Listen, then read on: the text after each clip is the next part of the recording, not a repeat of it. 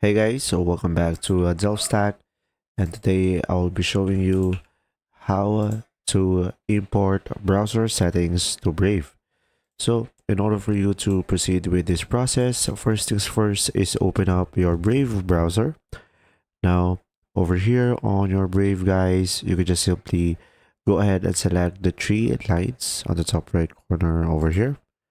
Now, over here, you can just simply go ahead and go for the settings or the gear icon down below. Now, over here, guys, you will have this option, import bookmarks and settings. So go ahead and select this one. And from here, you should be able to import your bookmarks and settings directly from a specific browser that you have onto your computer. By clicking on this one, you should be able to see all of your browser. So here, for example, I'm going to import my bookmarks and settings into my Google Chrome. I'm going to go ahead and select Google Chrome over here, and I will have an option to import the browsing history, the favorites or bookmarks, and the extensions as well.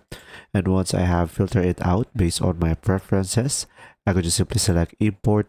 And from here, I should be able to have it imported into a specific website, and there we go. If you found this video helpful, please like and subscribe.